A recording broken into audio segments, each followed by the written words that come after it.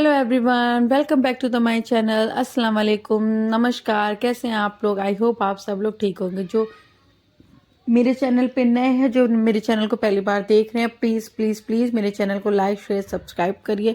ये early morning का time था, लखनऊ के नेक्स्ट डे था। ये मैं अपनी सिस्टर के यहाँ स्टे किया था मैंने नाइट में। अब इसके बाद फिर मैंने 8 बजे ठीक हम लोग नंद के यहाँ पहुँच गए थे, क्योंकि 1 बजे हम लोगों की ट्रेन थी, तो हमें ट्रेन पे भी निकलना था। तो मैंने सोचा क्यों ना मैं आपको एक छोटा सा अपने घर घर का नंद के घर का होम टूर देती हूँ। ये उनका ड्राइंग रूम था। ये भी जस्ट लखनऊ में अभी शिफ्ट हुई है, क्योंकि ये इससे पहले क्या नाम है जौनपुर रहती थी, इसलिए इन्होंने बहुत इंसिस्ट किया, ये उनकी बेटी है, कि नहीं नहीं हमारे घर आना है, हमारे घर आना है। हम लोग सिर्फ 2 से 3 घंटे के लिए इनके घर गए थे। और क्या नाम, ये उनका बेडरूम है और बहुत ज़्यादा थी। ये हमारी नंद है मैंने इनसे कहा तो ये पीछे कुछ हाथ में छुपाने लग गई, हंसने लगी। मैंने इनसे कहा कि मैंने कहा चलिए हेलो करिए, मैं आपको यूट्यूब में डालने वाले, कहने लगी अच्छा। फिर उन्होंने फटाफट देखे हमारे लिए अचानक पनीर और बढ़िया से पराठे, क्रिस्पी एकदम पराठे बना करके रेडी कर लिए थे। फिर इसके बाद मुझे बिल्कुल भी टाइम नहीं मिला। हमारा लंच भी हम लोगों ने किया था। 8 बजे पहुंच गए थे, 9 बजे सोच ली, इतनी स्पीड में उन्होंने हमारा नाश्ता भी रेडी कर दिया था हमारे लिए। पैक नाश्ता भी पैक करते, जबकि हम लोगों ने मना किया था कि हम लोग को ट्रेन में ऑलरेडी मिलेगा, आप परेशान मत हो। नहीं, बट उन्होंने हमें मखनी किया, और उसके लिए मुझे बहुत अच्छी नई रेसिपी भी मिली आप लोग के लिए। मैं इंशाल्लाह ज़रूर आपसे वो शेयर करूँगी। उसके बाद फिर लंच खा करके हम लोग निकल गए थे। फिर मुझे बिल्कुल भी टाइम नहीं, एक्चुअली में मैं व्लॉगिंग मैंने स्टार्ट करी है ना, तो मुझे अभी याद नहीं रहता कि मुझे कब क्लिप लेनी है कब नहीं लेनी है। ये पूरा लखनऊ के मार्केट का व्यू था उनका, बहुत अच्छा था। उनका घर थोड़ा सा क्या नाम है एकदम न्यू था, अभी उनको 1 मंथ ही हुआ है शिफ्ट हुए। उससे पहले जौनपुर रहते थे, हम लोग जौनपुर भी गए थे उनके घर। फिर उसके बाद उन्होंने कहा कि लखनऊ आए हो तो मेरे घर भी ज़रूर आना। वो तो रात ही में इंसिस्ट कर रहे थे, फिर उधर मेरी सिस्टर भी इंसिस्ट कर रही थी कि नहीं बिल्कुल भी नहीं जाने देंगे, सुबह ही जाना। ये रहा लखनऊ का रेलवे स्टेशन। आपको पता है लखनऊ में 2 रेलवे स्टेशन है आमने सामने, वो भी। दिल्ली में तो माना कि 3 रेलवे स्टेशन है, दिल्ली इतना बड़ा भी है, बट लखनऊ में भी 2 रेलवे स्टेशन है, वो भी आमने सामने। इतना कंफ्यूजिंग है, पता भी नहीं होता कि कौन सी ट्रेन किस टाइम पे आनी। और एक्चुअली में इतना ज़्यादा हमको ट्रैफिक भी मिला कि हम एकदम हमेशा की तरह एंड टाइम पे पहुँचे हैं। ये वहाँ का लखनऊ था। हम लोग की स्टेशन नंबर 2 पे हम लोगों की क्या नाम है ट्रेन आने वाली थी। ट्रेन आने वाली क्या थी, वो ट्रेन वहीं से लखनऊ से भी बन के चलती। एक्चुअली में लखनऊ शताब्दी में हमारा टिकट था, शेयर कार था, हम लोगों ने जल्दी कर लिया था। हम लोग की एक्चुअली में संडे को ही रिटर्निंग थी, बट क्या हुआ था संडे को हमारी ट्रेन कैंसिल हो गई थी। तो फिर हम लोगों ने फिर लखनऊ शताब्दी में फिर ट्रेन टिकट अवेलेबल नहीं मिले थे, और फिर मैं अपनी बेटी को छोड़ के गई थी। तो मैंने कहा कि जो जिसमें भी मिल रहा हो बस टिकट बुक करो, हम लोग को जाना, ज़्यादा दिन लेट करेंगे ना तो फिर वो भी परेशान होगी। ये लखनऊ का रेलवे स्टेशन था। आपको पता है लखनऊ रेलवे स्टेशन में भी ना आपको चिकन के कुर्ते मिल जाएंगे। यही खासियत होती है कि कोई स्टेट का कोई भी चीज़ अगर फेमस होता है ना, वो आपको वहाँ पे हर जगह इजीली अवेलेबल होता है। देखिए कितने अच्छे अच्छे थे। और ये वहाँ पे एक छोटा सा बड़ा ब्यूटीफुल सा पार्क बनाया हुआ था, मुझे ये बहुत पसंद आया, और लिखा हुआ था welcome to the Lucknow.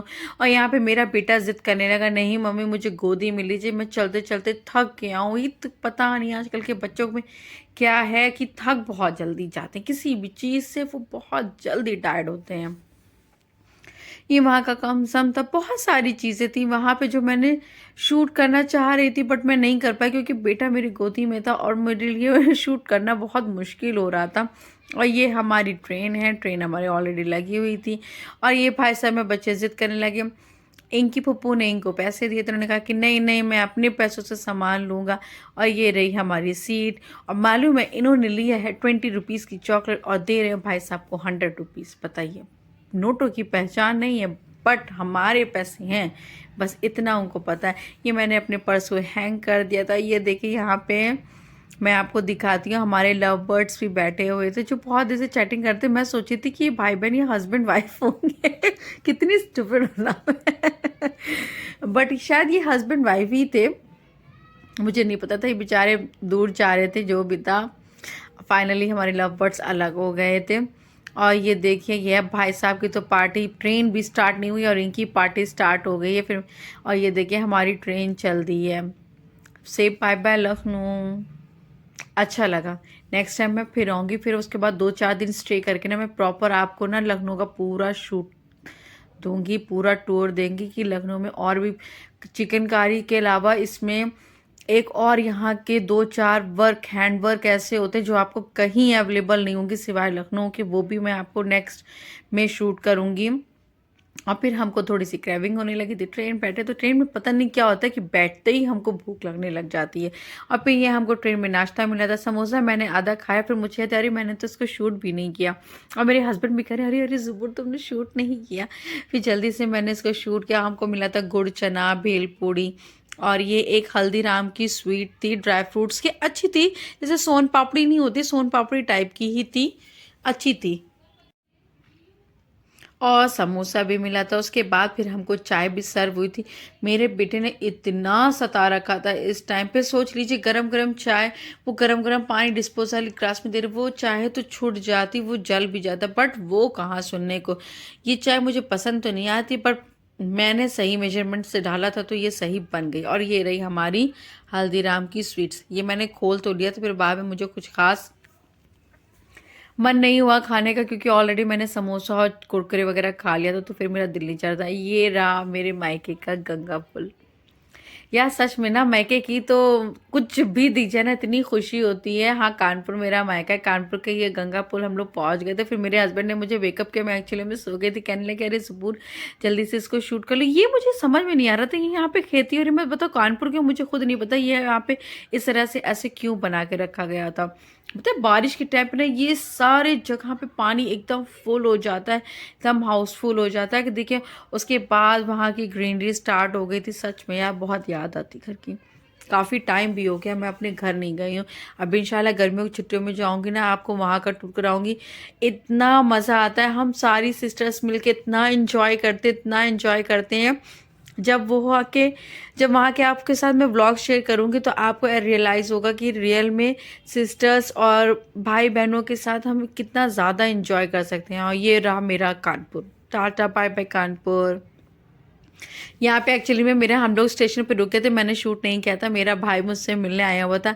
Mummy ने कहा स्टेशन से होके जा रही हो तो लो मैं तुम्हारे लिए कुछ सामान, तो मम्मी ने मेवे वाले लड्डू वगैरह, मम्मी होती ना तो उनको बड़ा ख्याल होता है मेरी अम्मी को।